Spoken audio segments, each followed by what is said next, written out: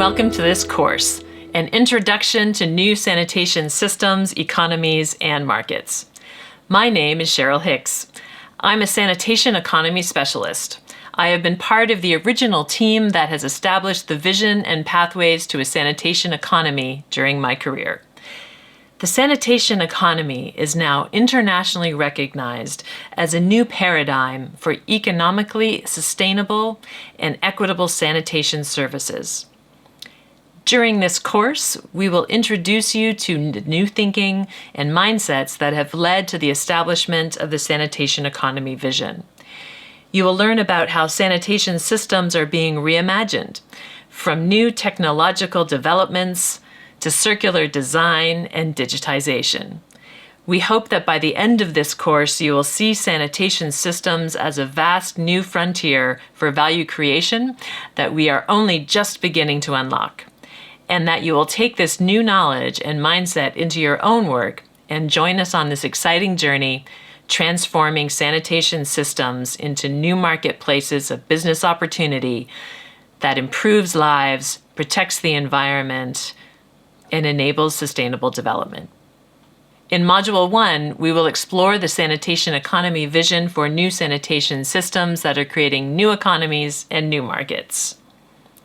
The topics will cover global sanitation, in particular the complexities of the problem, sanitation economy thinking and mindset, the sanitation economy vision and enablers, and finally the sanitation economy in South Africa, a case study of how the sanitation economy is being applied at a national level.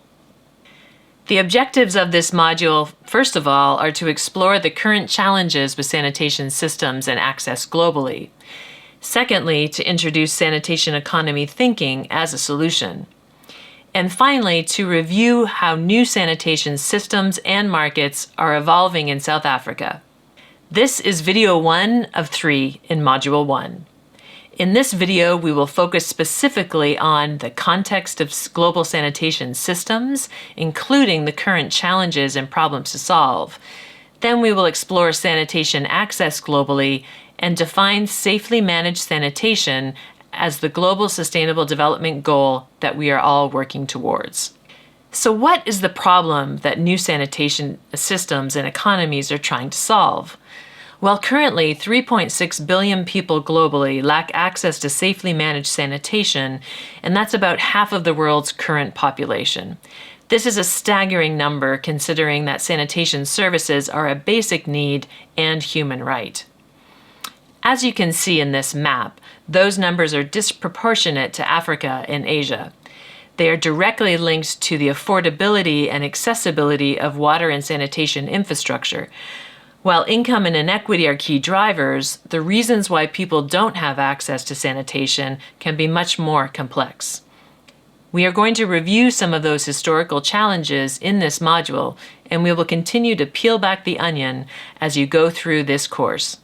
Let's turn to Africa specifically, which is the focus of this course. The current African backlog, which is primarily in sub-Saharan Africa, is estimated at 570 million people still without access to safely managed sanitation. In other words, approximately 48% of the population. This is largely due to the fact that historical approaches to sanitation provision have been unaffordable for most African governments due to the high costs of the perceived gold standard of Western flush toilets and centralized sewage treatment. To get a sense of the magnitude of the problem, let's look at this color-coded map of Africa, showing the Human Development Index, which includes access to safe drinking water and sanitation.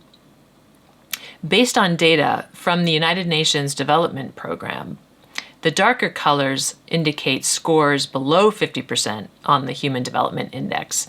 Yellow represents 65% and green 70%. So why is safely managed sanitation important beyond the fact that it's a basic human right?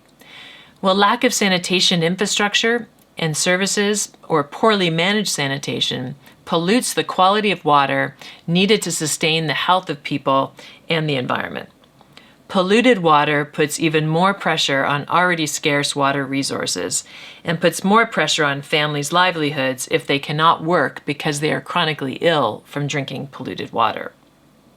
Poorly managed sanitation pollutes water sources and the environment, which impacts the health of people. Did you know that unsafe water kills more people than disasters and conflicts combined? Unsafe water contains deadly pathogens that cause diarrhea and other waterborne diseases. Many people do not have access to toilets. These people are openly defecating and polluting the environment with pathogens. This is poorly managed sanitation, where untreated sewage is leaking into waterways and groundwater from which people drink and bathe.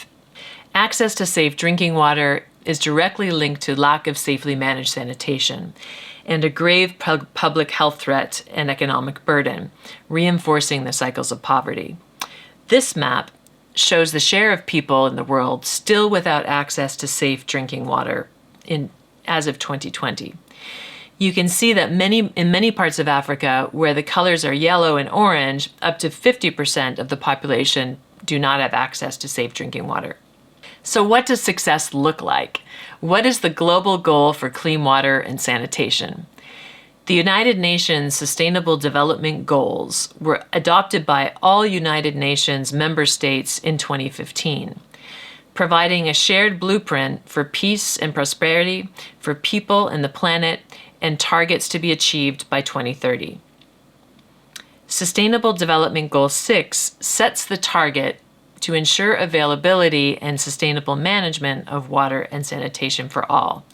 That means that by 2030, everyone, universally, must have access to clean water and sanitation services, closing the gap from less than 50% of the population to 100. So what does safely managed sanitation look like? Well, what do you think about your toilet?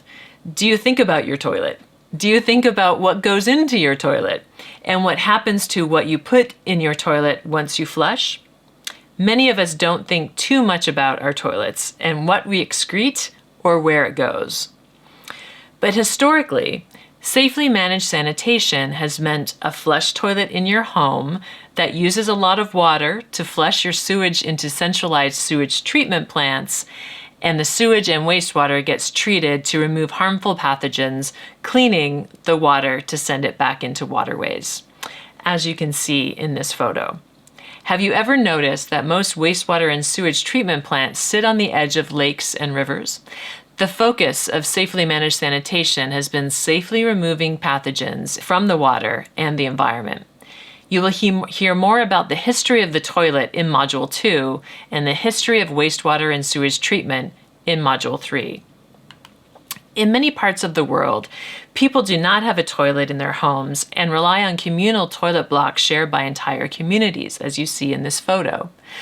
Or in rural areas where there's not enough population density for centralized sewer networks and treatment plants, safely managed sanitation has meant pit latrines or systems in the ground that are meant to break down pathogens naturally, or septic tanks that are meant to be emptied periodically by suction trucks where sewage is taken to the nearest sewage treatment plant. These systems are often referred to as decentralized sanitation systems and can still be safely managed.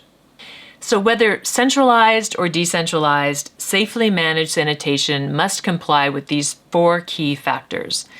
First of all, infrastructure. Toilets and sanitation centers should be user-friendly, gender-friendly, and context-specific. For instance, taking into account a low water table and high water table context that require different types of infrastructure. The second factor is treatment.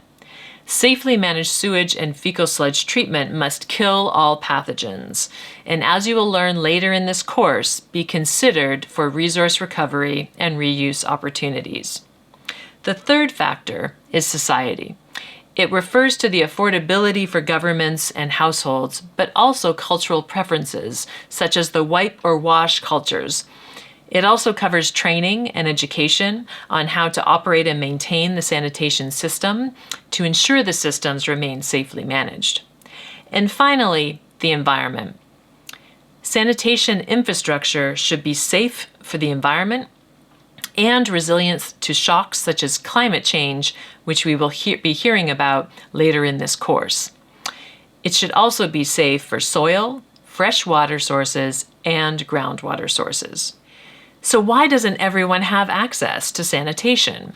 After all, it has been recognized as a human right by the United Nations member states at the international level.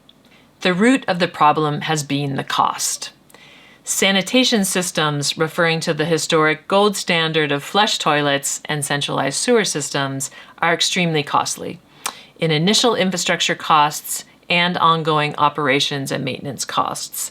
And historically, there has been a lack of consideration of cost recovery opportunities. Therefore, a bottomless pit of cost that many governments simply have not been able to afford. And as populations continue to grow, especially rapidly in sub-Saharan Africa, the size and the cost of the need also continues to grow.